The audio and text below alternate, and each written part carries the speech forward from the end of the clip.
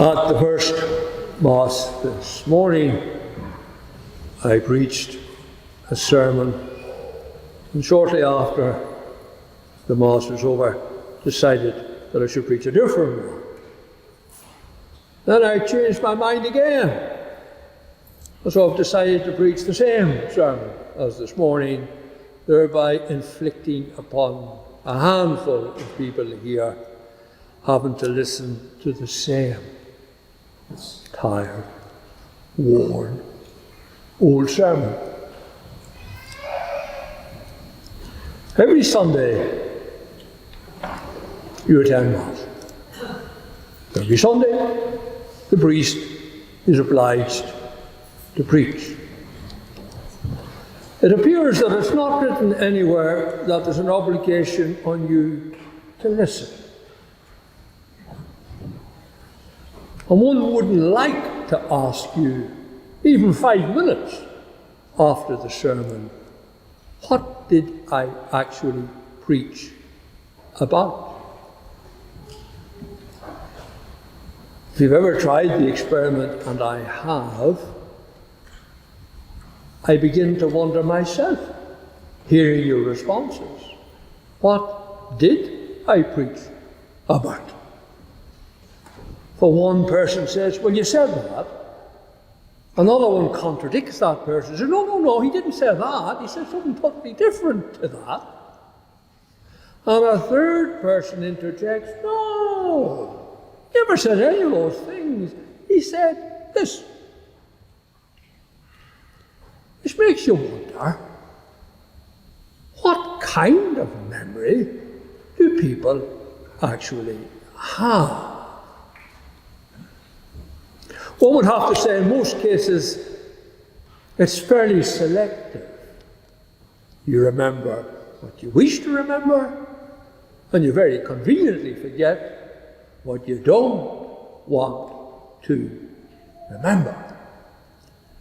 And usually, in the course of the epistle and the gospel, there's always, I think, something you don't wish to recall. And it's as if you had a built-in radar, and you're able to go underneath, and you forget the one thing that ought to have, in some little way, let's say, disturb you. I wonder, has it entered your minds yet what that little thing today is that ought to give you pause for thought, maybe to make you feel a little bit uncomfortable, perhaps to inwardly, as it were, blush. Now, if you take the Epistle of St. Peter, there you have the most practical advice you are really going to receive. It's somewhat general, but can be applied to each and every individual soul. For St. Peter tells us, if you want to have peace of mind, peace of soul, if you wish to see good, pleasant, happy days, then you must do good and avoid evil. As I say, that could be somewhat vague. It's not precise enough. It ought to be, because it is the basic law of all rational human behavior. Though that particular injunction, avoid evil, do good, has to be somehow or other fleshed out. And that is done for us when we reflect upon the 10 Commandments, for they are indeed divine commands. When we think about the teachings throughout the Gospel, the evangelical counsels as they are called, and when we consider even the simple laws of the Church, all that should be sufficient guidance for us. Now we know it, but because we know something, unfortunately it does not mean that we are going to act upon what we know.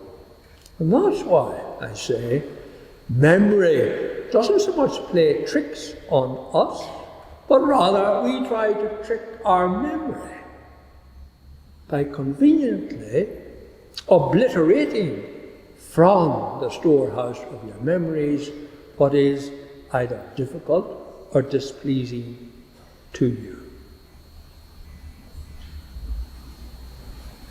In the Gospel, we're told rather plainly, perhaps even a little bit bluntly, certainly not very politically correct, to say to someone, look, if you are still at enmity with your neighbour, if you are still harbouring some kind of grudge, if your soul is filled with some form of resentment, animosity, nay, even hatred, if you have refused to forgive someone for an offence that took place, whether real or alleged, if you find yourself in that position, then you really should not come to the communion rail. Because you're told today, if you have anything against your brother, go first, be reconciled to him or her, and then come to the communion rail. Because now you see you are worthy of receiving the body and blood of Christ. There are far too many of us who prefer to nurse old quarrels. We don't let them die. We keep them alive. It's like blowing upon the embers in the fireplace. In no time at all, the fire blazes up again, and you relive the past with all its accompanying sins, let's say. It is a serious obligation upon every Christian soul to forgive. We don't like to forgive. We don't even want to forgive sometimes. We prefer to nurse the wound. We want to keep our anger alive. We feed off it. Our blessed Lord, I put it to you, was truly a fine psychologist. He knew only too well that people who refuse to forgive are people who make themselves extremely unhappy. They lose their peace of soul, their peace of mind. They haven't opened their mind and hearts to the teaching of Christ. They haven't followed the example of Christ, who forgave his own enemies as he was facing death. Forgive them. They know not what they do. But in our case, it's more likely to be true and say, forgive them, for they know what they do. None of us, not one person here, is a perfect human being. A perfect human being does not exist. Surely you've heard of original sin. You know the effects of original sin. And despite your baptism, you still suffer from those effects. And that is why you must, on a daily basis, recall, exercise your memory. What would Christ have me do? You know what St. Peter would have you do. You also know what our blessed Lord will have you do. And you cannot approach him worthily if you blackguard your neighbour with a poisonous, malicious tongue. How can you use that tongue and then put it out at the communion rail to receive your Lord and God? That is why you must be first and foremost reconciled with your neighbour. Oh, but she's done me so much wrong. How can I possibly forget? You must try to forget. Your memory here is powerful. It won't let you forget. But you must make the effort.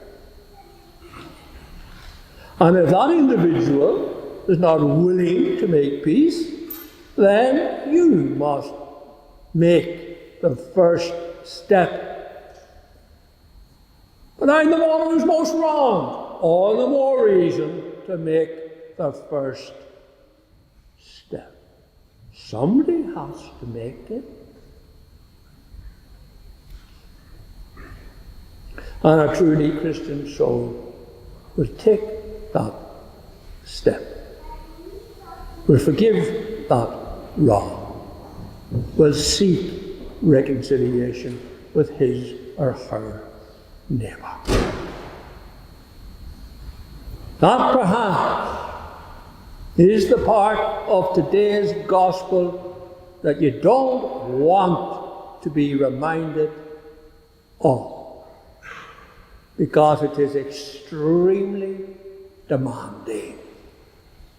It might even require great humiliation on your part to mend fences. But you don't really have a choice in the matter. The blessed Lord doesn't give us that choice. If we are truly to be worthy of him, we have to imitate him. We have to be able to say with St. Paul, for me to live is Christ. That's what it means to be a truly Christ-like soul. And really, it is only such souls who should worthily approach the communion rail and receive the body and blood of Christ. You need to think about it. In the name of the Father, and the Son, and the Holy Ghost. Amen.